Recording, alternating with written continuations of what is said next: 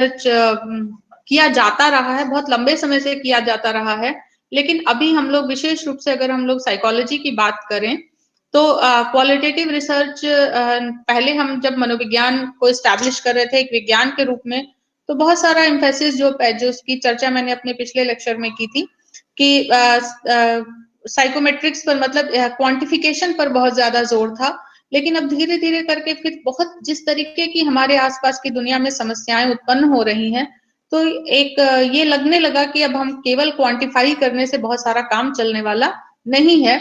इसलिए पुनः मनोविज्ञान में क्वालिटेटिव रिसर्च जो ज्यादातर सोशियोलॉजी में या एंथ्रोपोलॉजी में किया जाता था, साइकोलॉजी की समस्याओं के साथ कम किया जाता था, उसने अब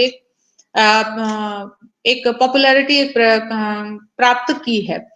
मैं अपने पूरे प्रेजेंटेशन में कुछ थोड़ी सी बातें करना चाहूंगी कि क्वालिटेटिव मेथोडोलॉजी साइकोलॉजी की रिसर्चेज में क्या कॉमनली यूज क्वालिटेटिव मेथोडोलॉजीज हैं और हम उनको किस तरीके से एक दूसरे के साथ कंबाइन कर सकते हैं for better understanding of issues and problems.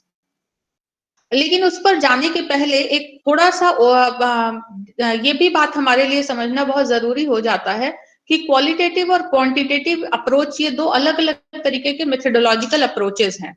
तो इन मेथोडोलॉजिकल अप्रोचेस में एक जनरल क्या कॉमन है या क्या चीजें ऐसी हैं जो कि इन दोनों को एक दूसरे से भिन्न करती हैं। अगर हम जैसे टिपिकली अगर आप क्वांटिटेटिव रिसर्च की बात करते हैं, मात्रात्मक शोध जिसको हम कहते हैं या मात्रात्मक जो शोध विधियां हैं उनकी बात करते हैं, तो ज्यादातर जो हमारा सैंपल हम लेते हैं वो हमारा फोकस किस चीज पर है कि वो प्रोबेबिलिटी सैंपलिंग होती है, रैंडम सैंपलिंग रैंडमाइजेशन करते हैं। जनरलाइजेशन एक बहुत बड़ा फोकस होता है और हम जिन प्रश्नों को उत्तर देने की कोशिश करते हैं उसमें है कि कितने लोगों ने किया, कब किया और कहाँ किया, मतलब how many, when and where. Generally we make a hypothesis, we frame a hypothesis, हम एक परिकल्पना बनाते हैं और उन लेटर फेजेस में we try to test that hypothesis कि वो हाइपोथेसिस अप्रूव हो रही है अथवा नहीं हो रही है। इन सब के लिए जो हमारे लिए डेटा होता है वो बहुत सफिशिएंट, मतलब नंबर ऑफ पार्टिसिपेंट सैंपल बड़ा होना चाहिए और लेकिन ज्यादातर हम उसमें से कॉन्टेक्सचुअल डिटेल्स को मिस करते हैं। जनरली हम बहुत सारे टूल्स और स्टैंडर्डाइज्ड मानकीकृत मापनियों का इस्तेमाल करते हैं, तो ज्यादातर क्वांटिटेटिव अप्रोचेस में हम इन चीजों की चर्चा करते हैं। जबकि अगर हम इसके दूसरी ओर अगर हम गुणात्मक शोध की बात करते हैं, तो यहाँ पर यहीं से इसकी विशेषताएं शुरू होती हैं। क्वालिटेटिव या गुणात्मक शोध में हमारा सैंपल प्रोबेबिलिटी सैंपल हो ऐसा कोई आवश्यक नहीं है। आमतौर पर हम नॉन प्रोबेबिलिटी बेस्ड सैंपल का इस्तेमाल करते हैं क्योंकि जनरली हमारे जो शोध विषय होते हैं वो बहुत टिपिकल होते हैं। इसलिए जो हमारा सैंपल है वो एक विशिष्ट सैंपल होता है। उदाहरण के लिए जैसे मान लीजिए कि अगर आप HIV पॉजिटिव लोगों के साथ काम करना चाहते हैं और उसमें भी अगर आपका इशू है कि HIV पॉजिटिव होने वाले बच्चों पे अगर हमको काम करना है, तो यहाँ पर हमें प्रोबेबिलिटी रेंडमाइजेशन से जैसी सैम्पलिंग मेथड्स का इस्तेमाल हम नहीं कर सकते क्योंकि हमारा एक पर्टिकुलर पर्पस है, तो हमारी पर्पसिव सैम्पलिंग होगी। तो इसलिए जनरली क्वालिटेटिव रिसर्च मेथड्स में हम non probability based sample use करते हैं। जनरलाइजेशन क्योंकि बहुत बड़ा ये समस्याएं हैं, तो समस्याएं या इश्यूज जो है या understanding of behaviour of people in particular context, तो वहां पर जनरलाइजेशन पॉसिबल है ही नहीं। दूसरा, जनरली हम क्वालिटेटिव रिसर्चेस में जिन प्रश्नों को उत्तर देने की कोशिश करते हैं वो है क्यों हो रहा है और कैसे हो रहा है। इसीलिए कॉन्टेक्स्ट जो है वो बहुत इंपॉर्टेंट होता है गुणात्मक शोधों में। जनरली गुणात्मक शोध करने में बहुत टाइम कंज्यूमिंग होता है।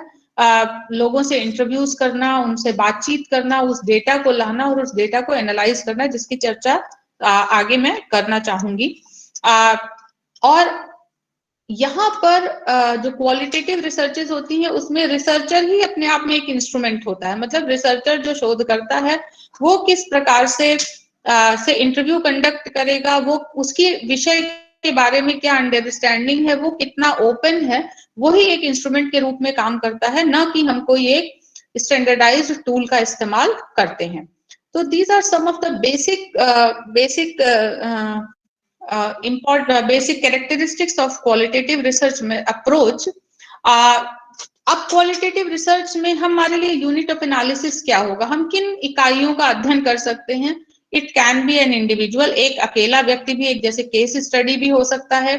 किसी एक पर्टिकुलर रोल की चर्चा हम कर सकते हैं कि जैसे मान लीजिए हम कहें कि ड्यूरिंग कोविड जो है वो वर्क फ्रॉम होम करने वाली जो मदर्स हैं, तो एक रोल की बात करें कि वो मदर है लेकिन वर्क फ्रॉम होम कर रही है और कोविड में कर रही है, तो वो अपनी भूमिकाओं को किस तरीके से देख रही है, वो कैसे उससे एडजस्ट कर रही है, जो भी आपके इश्यूज हो। किसी एक समूह की चर्चा कर सकते हैं, जैसे मान लीजिए हम कहें कि हम ट्रांसजेंडर पे कोई काम करना चाहते हैं, तो एक पर्टिकुलर ग्रुप की चर्चा कर रहे हैं। किसी एक प्रोसेस की चर्चा की जा सकती है, प्रोसेस हमारा एक यूनिट ऑफ एनालिसिस हो सकता है। कोई ऑर्गेनाइजेशनल एंटिटी एक यूनिट ऑफ एनालिसिस हो सकती है, कोई ऑर्गेनाइजेशन एज अ होल भी हो सकता है, या कोई भी ऐसी चीज जिसको कि डिफाइनेबल या ऑब्जर्वेबल यूनिट्स होती हैं, वो हमारी यूनिट ऑफ एनालिसिस हो सकती हैं।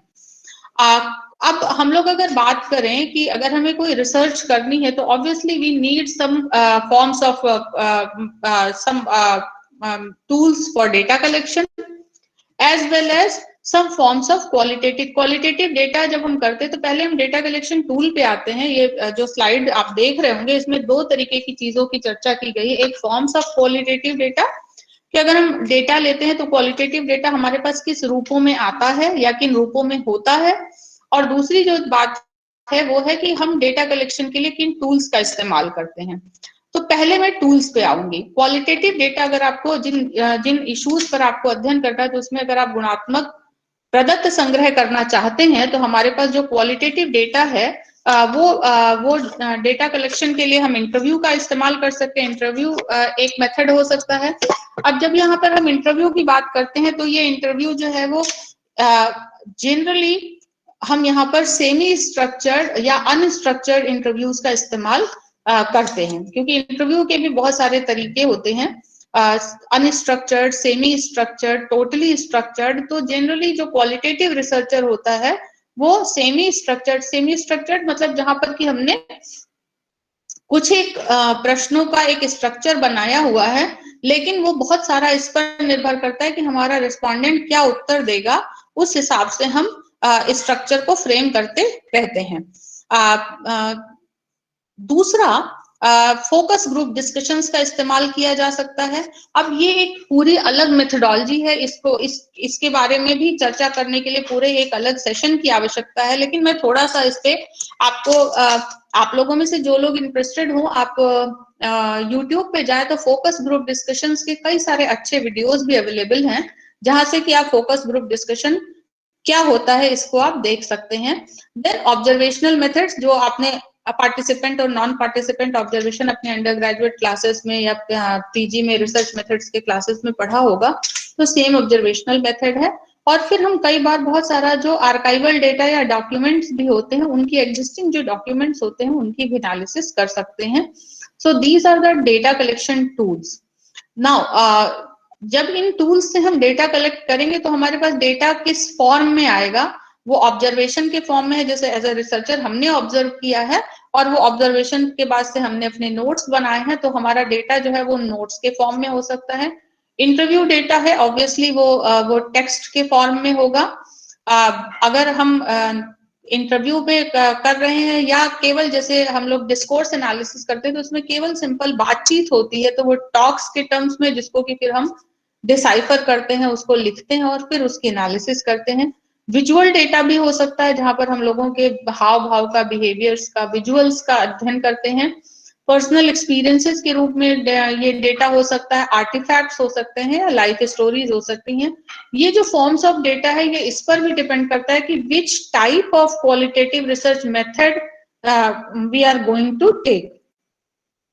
इंटरव्यू पे मैं बहुत ज्यादा बात नहीं करना चाहूंगी, क्योंकि मैं मान के चल रही हूँ कि आपने बहुत सारी जगहों पे इंटरव्यूज के बारे में पढ़ा होगा, लेकिन फिर भी अगर नटशेल में देखने की कोशिश करें, तो इंटरव्यूज जो है वो उनके द्वारा हम लोगों के एक्सपीरियंसेस, उनके व्यूज, उनके ओपिनियंस, बिलीव्स, किसी स्पेसिफिक मैटर पर बहुत सारे यूजफुल इंफॉर्मेशन हम ले सकते हैं। इंटरव्यूज में एक और इम्पॉर्टेंट चीज होती है रिसर्चर के पॉइंट ऑफ व्यू से, वो देखने की होती है कि वो किस तरीके से क्वेश्चंस की फ्रेजिंग करता है, अपने इंटरव्यूई को कितना स्पेस देता है कि वो अपनी स्टोरी को बता सके, और बॉडी लैंग्वेजेस को भी ऑब्जर्व करना इंटरव्यूअर के लिए बहुत इंपॉर्टेंट होता है। जनरली जो एथनोग्राफिक इंटरव्यूज होते हैं, अब ethnography is also a method of qualitative research, so जो एथनोग्राफिक मेथड्स होते हैं उसमें जो है वो अनस्ट्रक्चर्ड इंटरव्यूज ज्यादा यूज किए जाते हैं, जबकि दूसरे मेथड्स में जैसे इंटरप्रिटेटिव फेनोमेनोलॉजिकल एनालिसिस या नैरेटिव एनालिसिस में सेमी स्ट्रक्चर्ड इंटरव्यूज को जनरली प्रीफर किया जाता है। फोकस ग्रुप जो है वो एक छोटा, focus group means a small discussion keeping in view the some matter, जहां पर कि रिसर्चर कुछ लोगों को जो एक सोशल इशू पर या एक अपनी सोशल नॉलेज को शेयर करते थे, एक कमरे में जो 6 से 12 लोग मैक्सिमम, इससे ज्यादा नहीं होने चाहिए, मिनिमम 6 और मैक्सिमम 12, इसके बीच में लोगों को इकट्ठा करना और उनसे जो है एक जनरल बातचीत करना, जिसमें रिसर्चर एक स्टिमुलेटर या मॉडरेटर की भूमिका में होता है, वो फैसिलिटेट करता है। क्योंकि कई बार जब हम लोग एक डिस्कशन कर रहे होते हैं तो डिस्कशन कई बार एक पॉइंट पर आके रुक जाते हैं, तो रिसर्चर जो है उसको डिस्कशन को एक दिशा देना, उसको स्टिमुलेट करना या उसको मैनेज करना, या डिस्कशन अगर उसके जिस क्षेत्र में रिसर्च करना चाहते हैं उसके परव्यू के बाहर जा रहा है, तो उस डिस्कशन को वापस उस मुद्दे पर या उस विषय पर लाना, या कब हम इस डिस्कशन को बंद करें, ये सारी चीजें करने का काम, ये सारी चीजें रिसर्चर को करनी होती हैं। या और रिसर्चर का रोल जो होता है वो एक फैसिलिटेटर का होता है, to create an open environment which involve participants to discuss and as well as the researcher have to manage the discussion. So और एज अ रिसर्चर हम कब ये लगेगा कि अब हमारा डिस्कशन जो है वो पूरा हो गया है, तो जनरली जब आपको लगने लगता है कि सेम मुद्दे या सेम बातें रिपीट करके आने लगी, तब हम ये समझ जाते हैं कि अब डेटा सेचुरेशन की तरफ जा रहा है, जहां हमें कोई नई बात नहीं पता चल रही है उस विषय वस्तु के ऊपर, तो हम वहां पर अपने डिस्कशन को रोकते हैं। एंड फोकस ग्रुप डिस्कशन में हम पहले ही पार्टिसिपेंट को बताते हैं कि देयर इज नो राइट और रॉन्ग आंसर, इसमें कोई सही या गलत उत्तर नहीं है, बस हम ये जानने में इंटरेस्टेड है कि आप इन विषयों के बारे में क्या सोचते या समझते हैं। जनरली फोकस ग्रुप डिस्कशन, अगर आप फोकस ग्रुप मेथड का इस्तेमाल कर रहे हैं तो आपको एक वीडियो रिकॉर्डिंग करनी चाहिए, obviously with the consent of the participant, और बाद में उस वीडियो रिकॉर्डिंग को सुन करके, उन टेप्स को सुन करके, देख करके, और उनसे फिर ट्रांसक्राइब करना चाहिए, वर्बेटिम ट्रांसक्रिप्शन, और उसके बाद से फिर बहुत सारी टेक्निक्स हैं जिनके द्वारा हम इनमें से इस डेटा को एनालाइज करते हैं, उसमें से थीम्स निकालते हैं और उसके बाद से फिर उस पर काम करते हैं। ये जो थीम्स होती हैं इनको थीमेटिक कोडिंग कहते हैं। थीमेटिक कोडिंग में बेसिकली हम इस बात पर फोकस करते हैं कि कोई बातें कितनी फ्रीक्वेंसी के साथ कही गई हैं, मतलब सभी लोग कह रहे हैं, या कुछ ऐसा है जो बहुत स्पेसिफिक है, या किस तरीके के इमोशंस वहां पर एक्सप्रेस किए गए हैं, या किस तरीके से अलग अलग लोग किसी एक मुद्दे पर बातचीत कर रहे हैं और वो कैसे कर रहे हैं। इस तरीके से ये कुछ एक एग्जाम्पल्स हैं जिनके द्वारा हम थीम्स की कोडिंग करते हैं। सेम इसी तरीके की चीज जो है अगर हम ऑब्जर्वेशनल मेथड भी इस्तेमाल कर रहे हैं तो वहां पर भी हमें इसी प्रोसेस को अपनाना होता है। आपने देखा ने शायद पहले भी पढ़ा होगा कि ऑब्जर्वेशंस जो है वो दो तरीके के होते हैं, नॉन पार्टिसिपेटिंग ऑब्जर्वेशंस और participant observations. Non participant observations में इजिली, जैसे आजकल इजिली अवेलेबल है, हो जाता है, जैसे मान लीजिए फॉर एग्जांपल हम वीडियो रिकॉर्डिंग्स का कैमरेज लगा दिए और वीडियो रिकॉर्डिंग का इस्तेमाल कर रहे हैं, या participant observation in which usually researcher overtly or covertly participate in people's daily lives for an extended period of time, watching what happens, what is said, and are asking questions through informal and formal interviews, collecting documents, etc. और इसी तरीके से हम एक document analysis भी एक qualitative method के रूप में इस्तेमाल कर सकते हैं, जहां पर कि हमारे पास जो एग्जिस्टिंग सोर्सेज हैं like government reports, personal documents, articles इन newspapers, books, medical records etcetera, तो इस तरीके के डॉक्यूमेंट्स की हम एनालिसिस कर सकते हैं। फॉर एग्जाम्पल जैसे मान लीजिए अगर हम ये कहें कि हम ये जानने में इंटरेस्टेड हैं कि जैसे एक इंटरेस्टिंग सी स्टडी की गई थी कुछ काफी उस स्टडी में रिसर्चर केवल ये जानने में इंटरेस्टेड था कि जैसे शादियों के लिए विज्ञापन निकलते हैं, तो ये विज्ञापन निकालना कि प्रोस्पेक्टिव ब्राइड और ग्रूम को लेकर के विज्ञापन बहुत पहले से आजाद भारत के में 50-60 के दशक में ये शादियों के लिए विज्ञापन निकालने की परंपरा अखबारों में शुरू हुई थी, अखबारों में और कुछ मैगजीन्स में भी होती थी। तो एक रिसर्चर अगर ये जानने में इंटरेस्टेड था कि 60 के दशक में, 70 के दशक में, 80 के दशक में, 90 और 2000 में किस तरीके से शादियों के विज्ञापन को लेकर के जो चेंजेस आए हैं और क्या ये चेंजेस विमेन एम्पावरमेंट को इंडिकेट करते हैं, तो उन्होंने अब आप 60-70 के दशक में टाइम मशीन से तो लौट नहीं सकते, तो हमारे पास क्या चीजें हैं, एग्जिस्टिंग जो डॉक्यूमेंट्स हैं, उस समय के जो न्यूज़पेपर हैं उनमें जो एडवर्टाइजमेंट्स थे, तो उस रिसर्चर ने क्या किया कि हर दशक के में किस तरीके से जैसे जो प्रोस्पेक्टिव ब्राइड्स हैं उनके लिए जो एडवर्टाइजमेंट थे वो कैसे थे, तो जैसे 50-60 के दशक में जो ज्यादातर विज्ञापन होते थे उसमें हमें लड़की के लिए, जब अगर लड़की के परिवार वाले विज्ञापन निकालते थे तो वो कहते थे कि हमारी लड़की जो है वो गृह कार्य में दक्ष है, सिलाई कढ़ाई बुनाई उसको आता है, गोरी सुशील मृदुभाषी, इस तरीके के शब्दों का इस्तेमाल होता था। यही चीज जब 80 के दशक तक आई तो धीरे धीरे हो गया कि वो ग्रेजुएट है, फिर उसके बाद में आया तो आया साइंस ग्रेजुएट है। आजकल के आप अगर विज्ञापन देखते तो आता है कि वो जो है वो वर्किंग है, मतलब किसी जहां पर भी वो कामकाजी है, और तो इस तरीके से तो this has shown how education had come in the lives of Indian women, Indian girls, और वो this may be an indicator of empowerment. So document analysis is also a very interesting tool within the premises of qualitative research methodology. अब एक बहुत महत्वपूर्ण प्रश्न बहुत सारे लोगों के उसमें आएगा, जैसे जो मैंने पिछले अपने उसमें बात की थी कि जब हम क्वांटिटेटिव रिसर्च करते हैं तो हमारे पास हम टूल्स की रिलायबिलिटी होती है, वैलिडिटी होती है, हम फैक्टर एनालिसिस करते हैं, तमाम सारे स्टैटिस्टिकल टूल्स का इस्तेमाल करते हैं to assure the quality in the research, कि उसमें गुणवत्ता है और कंसिस्टेंसी है।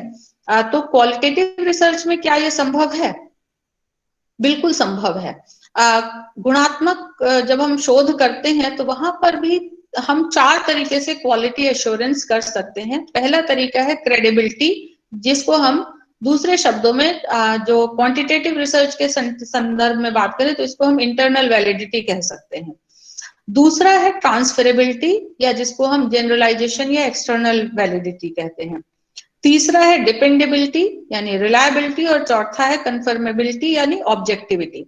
सो जो क्वांटिटेटिव रिसर्च के जितने भी पैरामीटर्स हैं, validity, internal external validity, reliability और ऑब्जेक्टिविटी के, उन सारे पैरामीटर्स का इस्तेमाल हम कर सकते हैं इन क्वालिटेटिव रिसर्च मेथड्स। सो अगर हम बात करें कि हम कैसे कर सकते हैं, सो इंटरनल वैलिडिटी या क्रेडिबिलिटी के लिए what a researcher can do, he or she can triangulate data। अब ये एक अलग चीज है। डेटा ट्रायंगुलेशन मींस जहां ट्रायंगुलेशन हम कर सकते हैं, ये चाहे डेटा ट्रायंगुलेशन हो सकता है, रिसर्चर ट्रायंगुलेशन हो सकता है, या कॉन्टेक्स्ट का भी कई तरीके से हम ट्रायंगुलेशन करते हैं। मतलब हम जब डेटा लेते हैं तो उस डेटा के कई सोर्सेज, जैसे रिसर्चर ट्रायंगुलेशन मतलब 2 अलग अलग तरह के या कई रिसर्चर्स उसी विषय पर अलग अलग ढंग से रिसर्च कर सकते हैं और उस डेटा को एक साथ देख सकते हैं टू कंफर्म और टू सी दैट ये वो डेटा की या उस इशू की क्रेडिबिलिटी की बात करता है। ठीक, फिर as a researcher we can search for disconfirming evidences, मतलब हमने कोई अध्ययन किया जिसमें कि हमने कुछ अपने जो कुछ चीजें पाई, और फिर हम ऐसी भी सर्च कर सकते हैं कि क्या कुछ ऐसा भी है जो इस एविडेंस को डिसकन्फर्म करता हो। तो ये इस तरीके से भी रिसर्चर अपने डेटा की क्रेडिबिलिटी को अश्योर कर सकता है। Then we can go for for subject review, subject review भी किया जा सकता है। देन ट्रांसफरेबिलिटी ऑफ, ट्रांसफरेबिलिटी मतलब means the external validity means जब जहां पर कि जो जिस कॉन्टेक्स्ट में हम स्टडी कर रहे हैं उस कॉन्टेक्स्ट को हम क्या अश्योर कर सकते हैं, उस कॉन्टेक्स्ट का प्रॉपर डिस्क्रिप्शन अगर हम देते हैं तो ये एक्सटर्नल वैलिडिटी को अश्योर करता है। It means the what ever I am doing I can transfer it, इसकी ट्रांसफरेबिलिटी है, वो जो डेटा है हमको उसको हम दूसरे को ट्रांसफर कर सकते हैं। Then dependability and reliability, data archiving means एक ऑडिट ट्रेल रखना या एक अपना पीयर रिव्यू कराना, ये इससे हम रिलायबिलिटी को अश्योर कर सकते हैं। देन ऑब्जेक्टिविटी के लिए अगेन ये जो चारों जितने भी मेथड्स हमने ऊपर बताए हैं, अगर हम इन चारों का इस्तेमाल कर रहे हैं तो हम अपने रिसर्च को ऑब्जेक्टिविटी या कन्फॉर्मेबिलिटी के रूप में उसको देख सकते हैं। तो क्वालिटेटिव रिसर्च में भी ऐसा कुछ नहीं है कि हम यहाँ पर हम क्वालिटी एश्योरेंस नहीं कर सकते हैं। Now I am moving to the various qualitative research methods. यहाँ पर मैंने आप अगर स्लाइड पे ही देख रहे होंगे तो यहाँ पर बहुत सारे रिसर्च मेथड्स की एक लिस्ट पाएंगे, बट इनमें से जो बोर्ड लेटर्स में लिखे हैं ये वो हैं जिनका इस्तेमाल ज्यादातर साइकोलॉजी की रिसर्चेज में होता है। तो मैं इन्हीं पर फोकस करूंगी, मैं लिस्ट में पूरे नाम पढ़ूंगी बट फोकस इन्हीं पे करूंगी। These are ethnography, research action research, discursive psychology, Foucauldian discourse analysis, conversation analysis, memory work, narrative psychology, phenomenological psychology, interpretative phenomenological analysis, social representations, grounded theory and historical research. So generally psychology में जिन पे काम होता है वो है ethnography। कुछ कभी अगर हमें इंटरवेंशंस करने होते हैं तो we can go for action research as well. Then Foucauldian discourse analysis, narrative psychology, interpretative phenomenological analysis and grounded theories. Hello ma'am. Hello, हाँ ma'am, Rajinikanth from BHU। Yes ma'am, it is my one query about qualitative research. I want to do research in qualitative research on the subject of my subject intellectual disability. So what kind of theory I can use in this? You so ma'am, ethnography from local study. So where is my research is established or existed? You want to know that you are doing a research on learning disability, yeah? No ma'am, it's intellectual disability.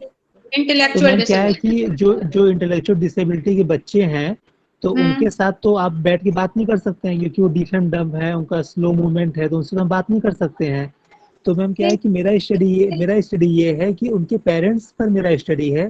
तो ma'am उसमें इन सारे frame में कौन सा frame मेरा fit बैठेगा? Okay, देखिए ये आपका अगर मैं पूरा प्रपोजल देखूं तब मैं उसके बारे में आपको ज्यादा बेहतर बता सकती हूँ कि कौन सा फ्रेम फिट बैठेगा। डिपेंड इस पर करता है कि आप क्या जानने में इंटरेस्टेड है। Means if you are interested in ma'am perception और आपका जो सोशल स्ट्रगल है, जो उनका एंजाइटी लेवल, जो स्ट्रेस है कि एक मेरा बच्चा ऐसा हो गया जो कि इन्फीरियरिटी है उनको, वो हम चैलेंज देखना चाहते हैं। और सर मोर और लेस जो हाँ आप इसमें interpretative phenomenological would be method of analysis, क्योंकि इंटरप्रिटेटिव फिनोमेनोलॉजिकल एनालिसिस का भी मैं उस पर आगे बात करूंगी तो आप शायद समझ पाएंगे कि कौन सा फ्रेम आपके लिए ज्यादा सूटेबल होगा। क्योंकि just now I am going to talk about the assumptions of different methods. So but right now I can say that IPA would be a method of choice as it is focusing on the lived experiences of the individual for a particular situation or issue. Because there is a very less resources in qualitative research, so that's why I need your help regarding my research. No, there are a lot of resources. There are a lot of books and resources. I'll discuss with that, but let me complete my thing. Then I will give you a list of books where you can get the resources. At that time, I study a book, Andrew Huve's book. Okay, ma'am, you continue. I will talk to you later. Yeah. Okay, thank you, ma'am. So, Thank you. yeah.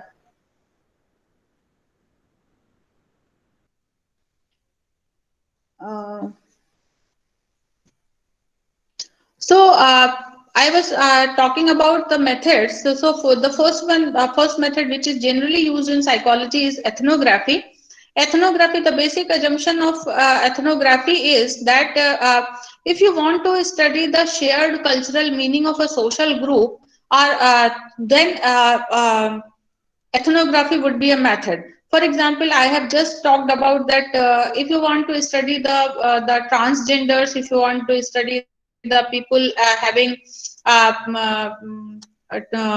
because for example if you want to study transgenders, so there are a whole cultural shared cultural meaning of this particular social group. So ethnography may be a method, because here the task of the researcher is to uncover those meanings and behaviors, actions, contexts, or events from the perspective of those involved. So, ethnography means here the perspective of the researcher is insider perspective. So, आप ethnography का इस्तेमाल कर सकते हैं जहां पर कि आप कुछ ऐसा जानने में इंटरेस्टेड हैं जहां पर कि किसी सोशल ग्रुप में किस तरीके की वो कल्चरल मीनिंग्स को शेयर करते हैं, या सोशल ग्रुप की क्या एक्टिविटीज हैं उनके द्वारा उनके कल्चरल मीनिंग को समझना चाहते हैं, तो एथनोग्राफी एक मेथड हो सकता है। वैसे तो ज्यादातर इस मेथड का इस्तेमाल एंथ्रोपोलॉजिस्ट द्वारा किया जाता है, but if you are a cross cultural researcher और if you want to study some cultural aspect of any psychological process or behavior, then you can go for ethnography. The method of data collection may be multi-method. You can use the structured or semi-structured interviews or questionnaires, non-participant observation, diaries, films, video records, official documents, etc.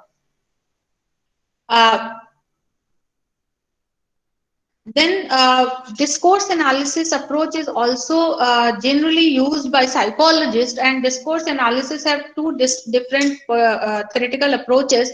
One is called the Foucauldian discourse analysis and other is called the discursive psychology. Over generally, discourse analysis is both constructed and constructive. Discourse is action oriented. Discourse analysis is a methodological approach that aims to highlight the ways in which knowledge is socially constructed. Basically, if you want to qualitative research को अगर आपको समझना है तो थोड़ा सा इसके philosophical background को समझने की आवश्यकता होगी। जैसे फॉर एग्जांपल अगर आप कहते हैं कि जैसे आपकी लैंग्वेज है, तो लैंग्वेज जो है वो सोशली कंस्ट्रक्टेड है, और जो लैंग्वेज है उस लैंग्वेज के थ्रू हम मीनिंग्स को निगोशिएट करते हैं और उसी के आधार पर रियलिटीज प्रोड्यूस होती हैं। तो इसलिए डिस्कोर्स या जो language is means are tools to understand, to negotiate the realities, and every reality is constructed by by person in itself. So अगर आप फॉर एग्जाम्पल जैसे मान लीजिए एक वर्ड को ले लेते हैं कॉग्निशन, तो कॉग्निशन का एक there is a internal structure on which it is assumed to be based, does not pre exist language. बहुत सारी लैंग्वेजेस में कॉग्निशन जैसा कुछ एग्जिस्ट नहीं करता है। It is talked in terms of operation, perception, higher order mental processes, etc. So, क्या meaning convey किया जा रहा है और कैसे उस रियलिटी को कंस्ट्रक्ट किया जा रहा है, इसको अंडरस्टैंड करने के लिए आप डिस्कोर्स एनालिसिस अप्रोच का इस्तेमाल करते हैं। और इसमें भी दो अप्रोचेस है, फोकार्डियन डिस्कोर्स एनालिसिस और डिस्कर्सिव एनालिसिस। सो आप इसमें से किसी का भी इस्तेमाल कर सकते हैं। फोकार्डियन डिस्कोर्स एनालिसिस जैसे अगर आपको इसको समझना है तो एक जैसे handbook of qualitative research set से पब्लिश्ड एक किताब है, डेंजन उसके एडिटर हैं, उसमें बहुत लंबा सा चैप्टर आपको फोकार्डियन डिस्कोर्स एनालिसिस पर मिलेगा। इसके अलावा जो है वो कार्ला विलिक की किताब है, या आप सिल्वरमैन की बुक को देख सकते हैं। तो these are the books where you can get a detailed description of different qualitative research methods.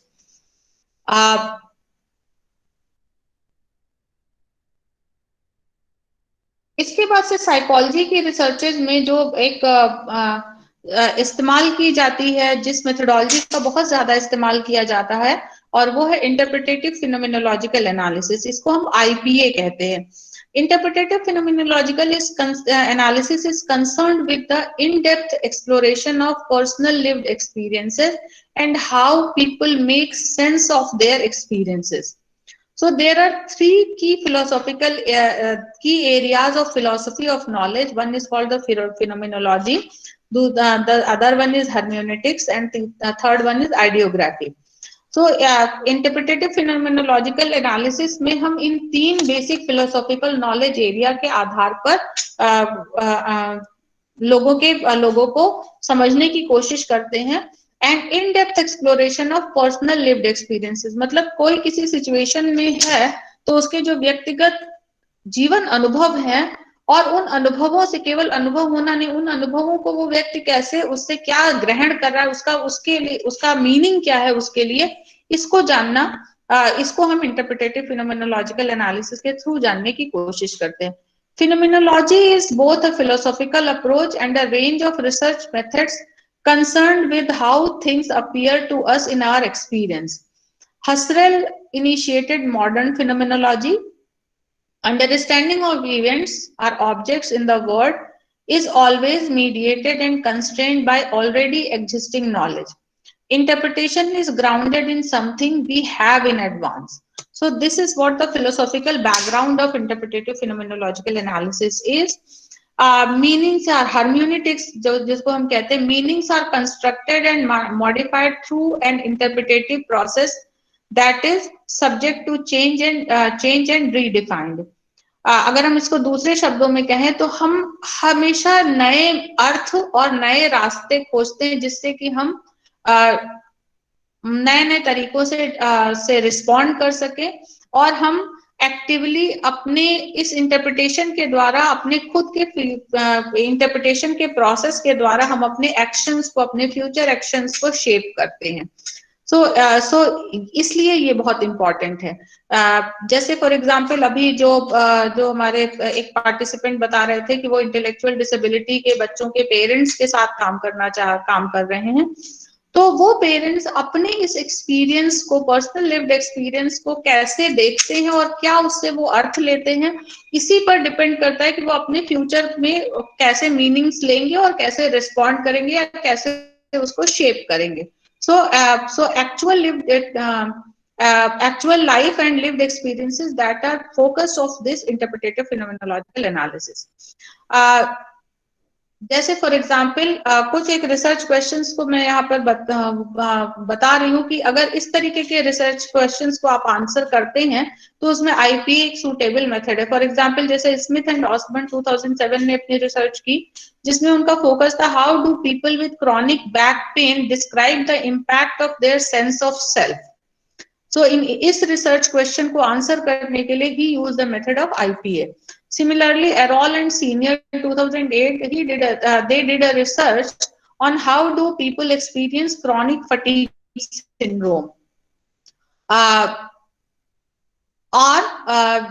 German's research on how do HIV positive women experience partner relationship. उनका अपने पार्टनर के साथ, चाहे वो जो मैरिड पार्टनर हो या कोई और भी पार्टनर हो जो उनका सेक्सुअल पार्टनर है, उसके साथ उनके एक्सपीरियंसेस को वो कैसे शेयर कैसे समझती हैं, क्या करती हैं। तो ऐसे बहुत सारे मुद्दे हो सकते हैं जहां पर कि हम आईपीए कर सकते हैं।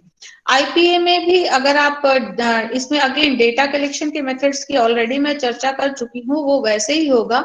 इंटरेस्टिंग बात ये होती है कि कैसे आपके पास डेटा आएगा और आप उसको कैसे एनालाइज करेंगे, चाहे आईपीए हो या किसी दूसरे भी मेथड में जहां पर कि हमारे पास टेक्स्ट के रूप में डेटा होता है, वहां पर एनालिसिस करने के लिए हम उसको फेजेस में या स्टेजेस में एनालाइज करते हैं।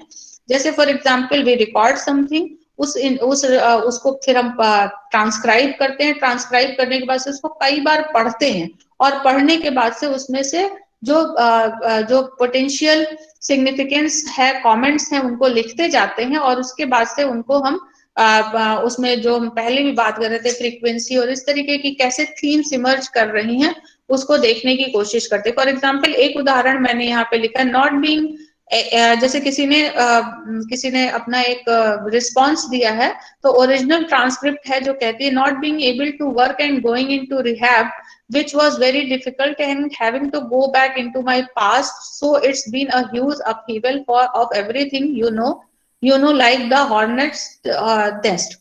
ये ओरिजिनल स्क्रिप्ट है। ये बेसिकली एक ऐसे इंडिविजुअल की है जिसको कि जो एडिक्ट था और जिसको कि एक रिहैब में भेजा गया था, और वो रिहैब से कई बार भागा और उसके बाद से फिर वो फाइनली रिहैब में है। रिहैब में जाने के पहले भी वो उसका एक इंटरव्यू किया गया, फिर वो रिहैब में जब था तब भी किया गया। तो उसका ये एक स्टेटमेंट है। अब एज अ रिसर्चर हम इसको पढ़ने के हमारे बहुत सारे तरीके हो सकते हैं। फॉर एग्जाम्पल एक ये है कि फेसिंग द पास्ट, क्योंकि अब रिहैब में गए हैं तो आपको कहाँ से ड्रग एडिक्शन शुरू हुआ, कुछ ना कुछ पास्ट की चीजें भी फेस करनी आएंगी, या अपहीवल। इसमें दो तरीके के इमर्जिंग थीम हो सकते हैं कि फेसिंग द पास्ट और अपहीवल। तो इस तरीके से फिर हम एनालिसिस करते हैं। फिर हम थर्ड स्टेज में जो इमर्जिंग थीम्स है उनके कोई क्लस्टर बन सकते हैं, या उसमें कोई सब थीम्स आ सकते हैं। तो इस तरीके से करके हम उस डेटा में से बहुत सारी चीजें, उस स्क्रिप्ट में से बहुत सारी चीजें निकालने की कोशिश करते हैं। इसी तरीके से एक और मेथड है जो जनरली साइकोलॉजी के रिसर्चेस में यूज किया जाता है, that is called narrative analysis. Narrative analysis is an approach that takes stories as a unit of analysis. अब जब हम स्टोरी कहते हैं तो ये स्टोरी हमारे एज ए इंडिविजुअल हम सब लोगों के पास इवेंट्स की स्टोरीज होती हैं, हमारी अपनी पूरी। अगर हम एक लाइफ नैरेटिव भी होते हैं जहां पर किसी व्यक्ति के पूरे जीवन की कहानी होती है, हमारे रोजमर्रा हम सब लोगों की अपनी एक कहानी है। Our life is a story. So अगर हम उस तरीके से उसको देखने की कोशिश करते तो उसके लिए हम narrative analysis approach can be use. Narrative analysis considers the structure, content and context of narratives. Developing an interview schedule is one of the first step in narrative interviewing. अब नैरेटिव एनालिसिस करना है तो हमें उसके लिए जो tool इस्तेमाल करना है, इंटरव्यू बनाना है, उसके लिए भी हमें वो पहला स्टेप होता है, क्योंकि जैसे आप प्रश्न पूछेंगे उसी पर निर्भर करेगा कि आपको कैसा उत्तर मिलेगा। For example, you can open a narrative initiation like tell me about your life ... मतलब आपने अब कहा tell me about your life. अब लाइफ में जैसे आप पूरी life tell me about your school life, tell me about when you first went to the hostel. So there may be different things that what your intention to ask depend on that. You can phrase the particular narrative interviewing.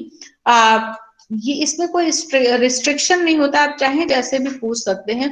Narrative interviews can involve more topic oriented open ended questions such as how did you decide to go for further education, or tell me about your relationship with your parents, or your relationship with your spouse or girlfriend or boyfriend or whatever.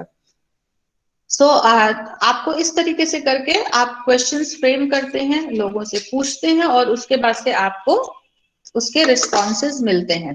रीजमैन ने advice किया कि ये जो आपके पास ये जो interview data आता है, इसका पहले आप एक रफ ट्रांसक्रिप्शन करें, एक फर्स्ट ड्राफ्ट बनाएं of entire interview including all those words and other main features of the conversation such as crying, laughing or pauses. ये एक बहुत इंपॉर्टेंट चीज है।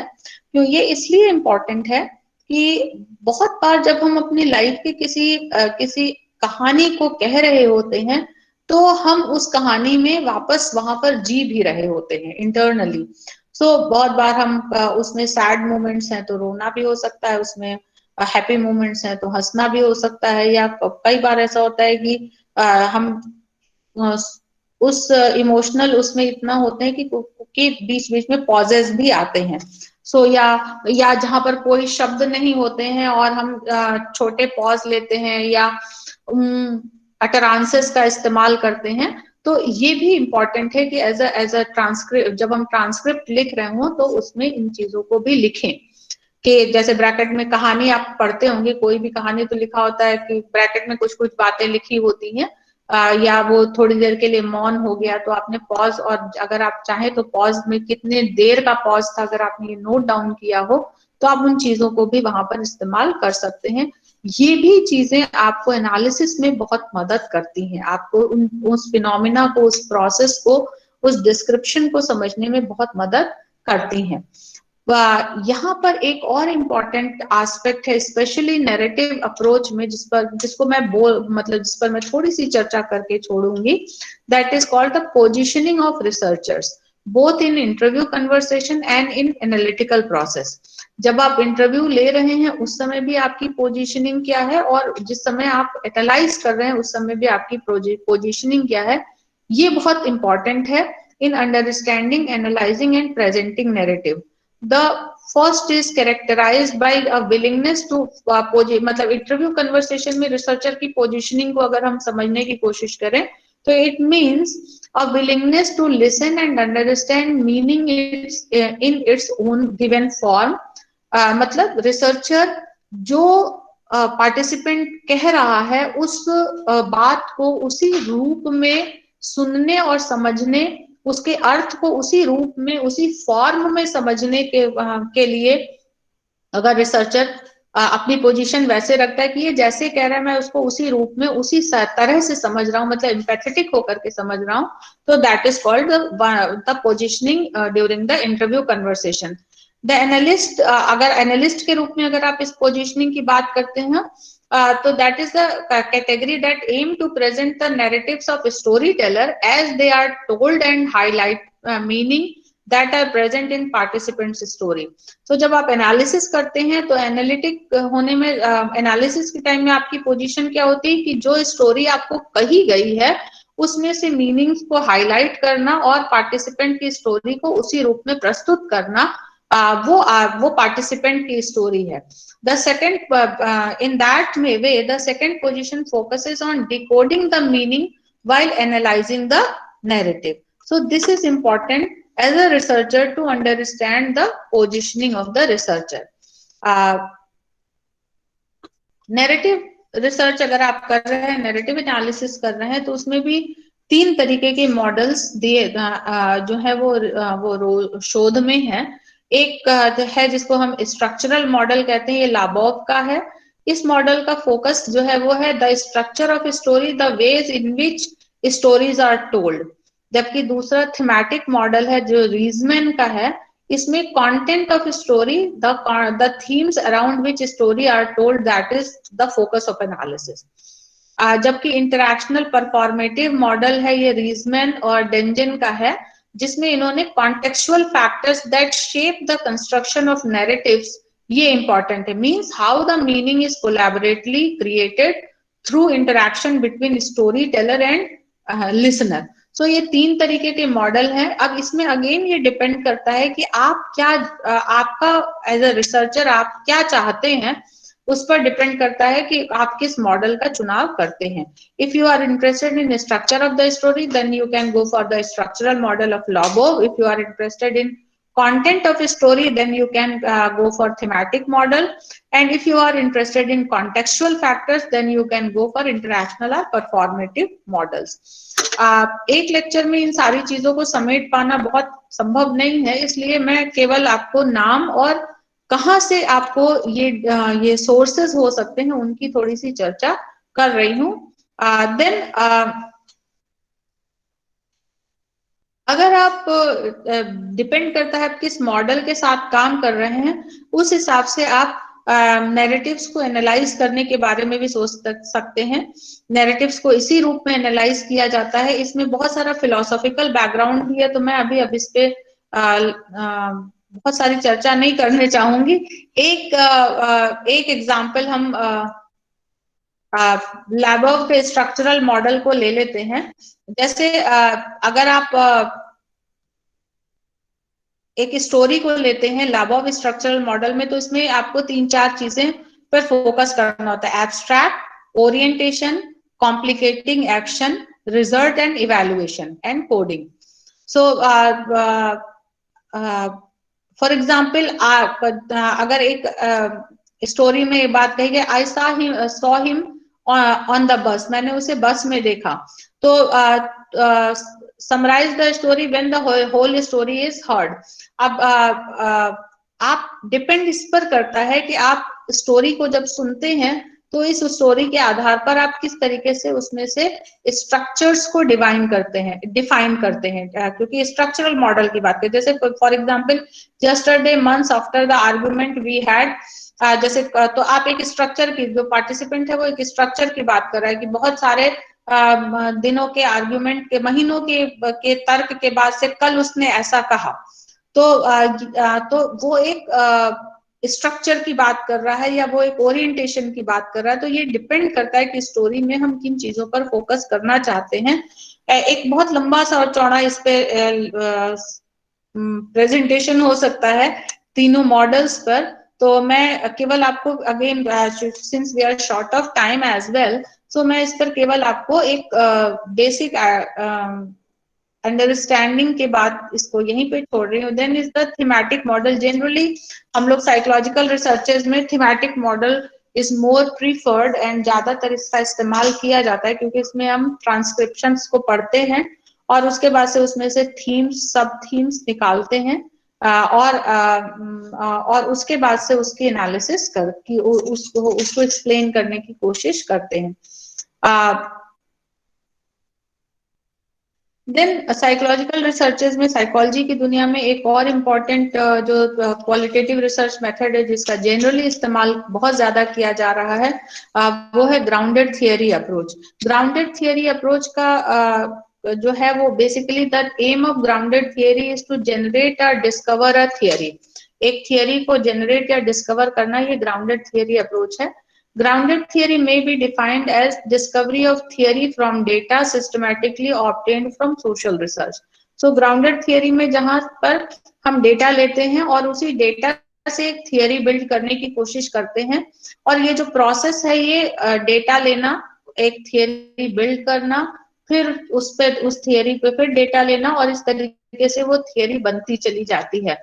Ideal for exploring integral social relationships and behaviors of groups where there have been little exploration of contextual factors that affect individuals in life. So अगर आप grounded theory approach का कहाँ पर इस्तेमाल कर सकते हैं, तो वहां के लिए ग्राउंडेड थियरीज जनरली जब हम किसी इंटीग्रल सोशल रिलेशनशिप और लोगों के समूहों के व्यवहारों को देखना चाहते हैं, जहां पर कि जिसमें कि बहुत कम एक्सप्लोरेशन ऑलरेडी हुए हैं, और जहां पर ये भी देखना है कि क्या वो कॉन्टेक्चुअल फैक्टर्स हैं जो कि व्यक्ति के जीवन को प्रभावित कर रहे होते हैं, तो वहां पर हम ग्राउंडेड थियरी अप्रोच इस्तेमाल करते हैं।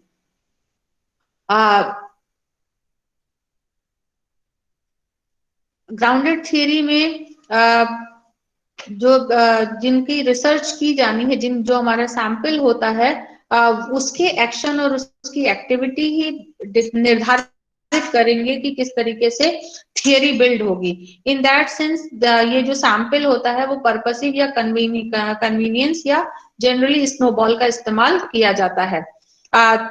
और इसमें हम करते क्या है कि जो थियरी हमारी डेवलप होती है वो through the process of constant comparison develop होती है।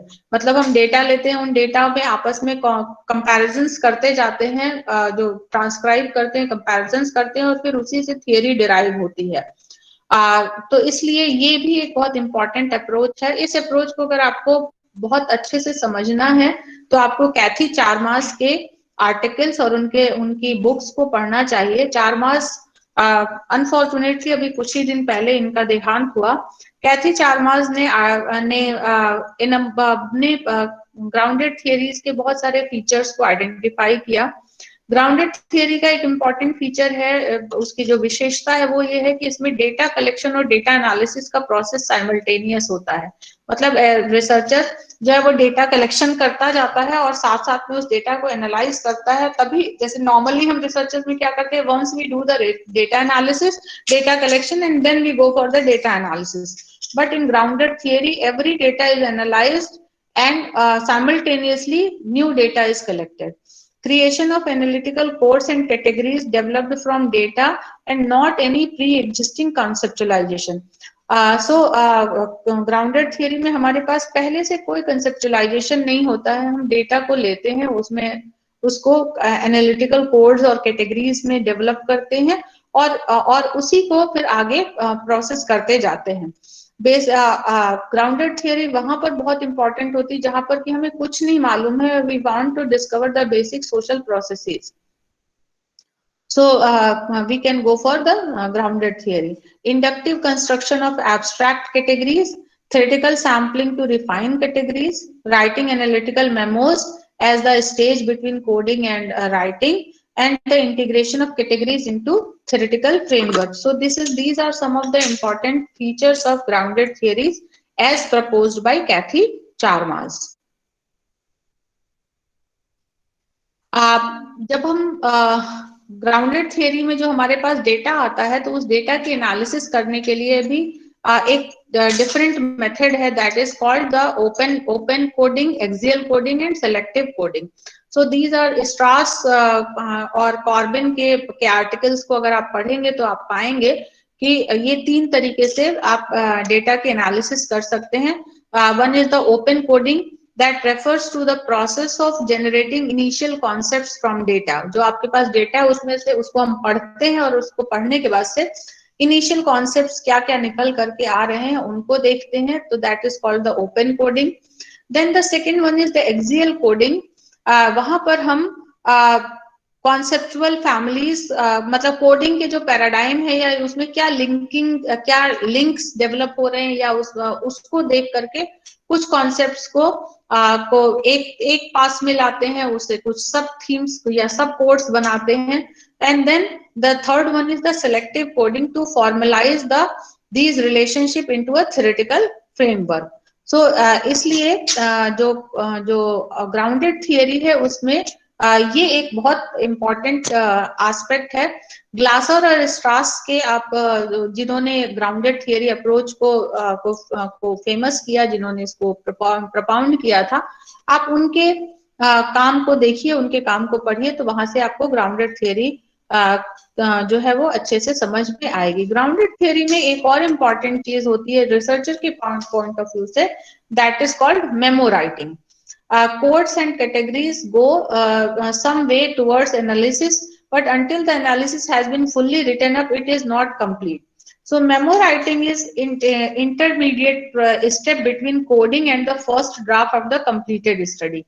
मतलब जब हम पहली कोडिंग करते हैं डेटा की, क्योंकि डेटा भी हमारे पास कंटिन्यूअसली आ रहा है, साइमल्टेनियस प्रोसेस से आ रहा है, तो हम जो फर्स्ट स्टेप्स में कोडिंग करते हैं और उसके बाद से जब तक हम अपने फाइनल ड्राफ्ट को, मतलब फर्स्ट कंप्लीटेड ड्राफ्ट स्टडी का नहीं आता है, तब तक हम के बीच का जो प्रोसेस होता है उसको हम मेमो राइटिंग कहते हैं। मतलब we have hypothesis and ideas recorded during analysis, not to be treated as complete and fixed, as they are initial analytical thoughts and can be altered by thinking changes। So इसमें memo writing में हमें दिमाग में जो चीजें उस data के base पर और जो हमारे फील्ड में हमारे जो एक्सपीरियंसेस हैं उनके बेस पर जो हमारे सामने आ रहा होता है, उन सब के आधार पर हम एक मेमो राइटिंग करते चले जाते हैं। लेकिन ये कुछ भी फाइनल नहीं होता, ये इसलिए होता है कि हम इन दोनों के बीच के ब्रिज की तरह काम करता है। इनिशियल कोडिंग और फाइनल ड्राफ्ट के बीच में एक ब्रिज की तरह काम करता है, और ये इसमें कुछ भी फिक्स नहीं है, ये दिस कीप्स ऑन चेंजिंग।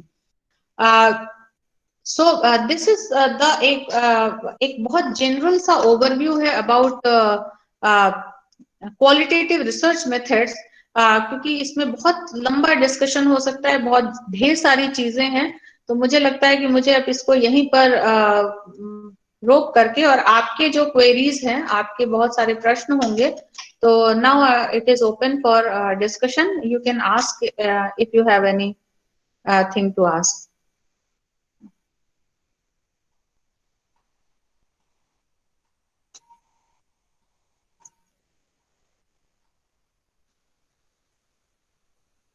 को कोई प्रश्न पूछना है या कोई जिज्ञासा है तो वह रिसोर्स पर्सन से पूछ सकता है।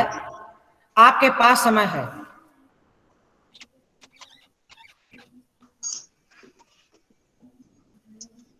आपका माइक म्यूट है, माइक अनम्यूट कर लें प्लीज। हेलो मैम जी, हमारा माइक ऑन है। Rajinikanth from BHU. या मैम मैंने आपको बताया था कि मेरा इंटेलेक्चुअल डिसेबिलिटी पर है पीएचडी टॉपिक। तो मैम मुझे क्या ना कि मुझे ये पता है कि मैं फैमिली से अच्छे से कोप अप कर सकता हूँ, बात कर सकता हूँ। मैं सोशल वर्क का स्टूडेंट हूँ मैम। मेरा रिसर्च कम्युनिटी मेडिसिन में है। तो मैम मेरा टॉपिक है इंटेलेक्चुअल डिसेबिलिटी के जो पेरेंट्स हैं, जो उनको सीकिंग बिहेवियर जो उनका कैसा है, वो कैसे बात करते हैं और उनको क्या क्या प्रॉब्लम है सर्वाइवल का। तो मैम मेरा यही स्टडी है। तो मैम क्या पैटर्न रहेगा, और अब मुझे सबसे ज्यादा दिक्कत आ रही है जो भी हम इंटरव्यू हम कंडक्ट करेंगे या तो एफजीडी जो भी करवाएंगे,